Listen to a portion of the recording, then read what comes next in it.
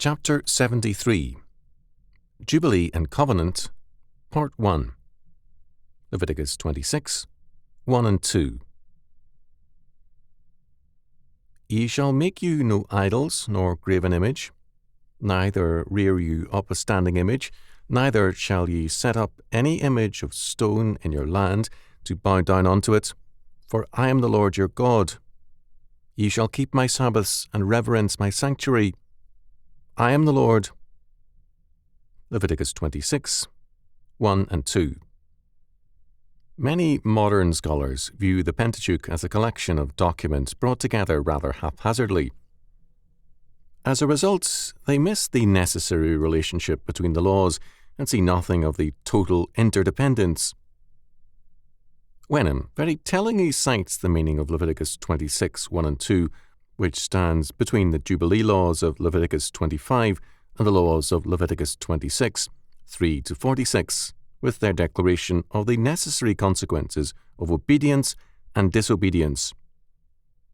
He titles these two verses, The Fundamentals of the Law. In verse 1, idolatry is forbidden. Idols, Elilim, are things of naught. The standing image could be a statue, pillar, or obelisk. This is not a prohibition of sculpture, but of idolatry. There can be no manufacture or erection of any such image in order to bow down unto it, that is, to offer it any religious devotion. In verse 2, Sabbath keeping is required. The reference is to far more than 1 day and 7. It refers to Sabbath years and to the Jubilee as well. This is the precondition of reverence for God's sanctuary. These two verses are the preface to the blessings, judgments, and promises in the rest of this chapter, and are an essential part of what precedes them and what follows them. Lange observed that the bearing of God towards Israel was an impartial bearing, which could only be obscured through the idea of a national God, is proved even by our section with its threatenings in presence of the developments of the history of Israel itself. They have been brought out of Egypt, and Canaan must become their land. But when they apostatize, they must lose Canaan and must be scattered among the heathen. Not only the impartiality, indeed, but the jealousy of Jehovah must be made manifest in this.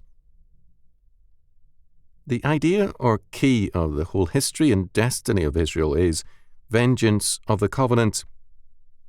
The people could fall so low because they stood so high, because they were the firstfruits, the firstborn son, the favourite of God.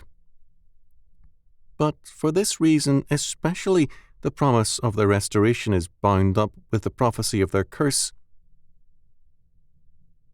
It is worthy of note that the Jewish year which ended in the fall of 1987 was observed in Israel as a Sabbath of the land. While in many respects it fell short of the biblical requirements, most notably because the farmers who observed it received aid from American Jews to do so, it was at least a step in the right direction. The law says, verse 2, Ye shall reverence my sanctuary. The Hebrew word is yoreh, to fear, that is, fear my sanctuary. This brings into focus a meaning neglected by modern man, who sees a church as a man-made building established and built by a congregation of men. This is a man-centered and humanistic view. God's sanctuaries are witnesses to His presence on His earth among His covenant people. To build a church is thus to establish the visible evidence that God will bless or curse a people in terms of their obedience or disobedience. It is an invocation of blessings or curses as the case may be. Hence, this law says, first, Ye shall keep my Sabbaths, which meant to acknowledge God's government, ownership, and law. It means recognizing that the conditions of our existence and prosperity are God-ordained, and that we cannot prosper apart from Him. We worship then no other God, and His law governs us, for to set up other laws is a form of idolatry. Men make ideals of their own minds, wills, and laws, and they ask other men to bow down to them. Second, we are commanded to fear God's sanctuary, that is, the fact of His presence therein by His Word and Spirit. Modern man often fears the state, and with good reason, given its tyrannical sway. The power of God far outweighs the power of the state, and His sway is a universal and eternal one. It is not without reason that Kyle and Delitzsch call these two verses the essence of the whole law, because verses 1 and 2 require far more than modern Sabbatarianism. They are hostile to formalism. For a man to allow his land to rest during the seventh year and himself to rest means that his trust in God is a very active one. When North writes that these two verses have no special relationship to what has gone before, he shows no understanding of the text and reveals a lack of any desire to comprehend it. As more than a few commentators have pointed out, Leviticus 26 is a part of chapter 25. Morgan noted, "The great promises show how conditions of well-being are ever entirely dependent on obedience to the government of God." In the synagogue lectionary, Leviticus 26, 1 and 2 is read together with Leviticus 25. These verses were once very important to the faith and had a hold on believers which is now lacking. The reason is not hard to discover.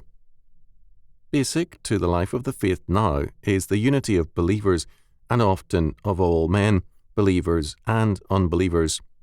Basic to the faith of all such is peace and unity among men, whereas for Scripture it is peace and community with God, and only in Him and according to His law-word with men.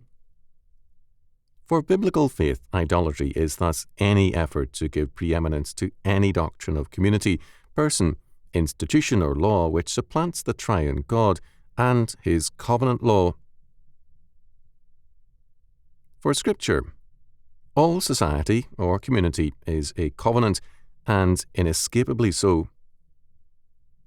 It is either a covenant with God in terms of His grace and law, or it is an anti-God covenant, an idolatrous one.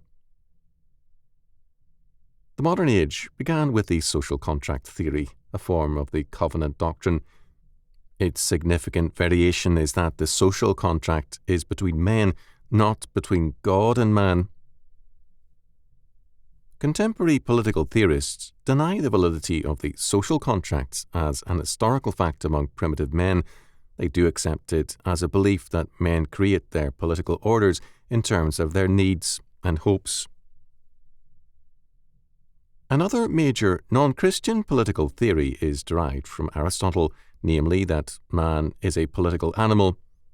This means that society and civil governments are not products of a contract among men, that is, of man's application of his mind and will to the organization of society, but rather that society and the state are expressions of nature as surely as the animal pack is an expression of the lives of wolves, for example.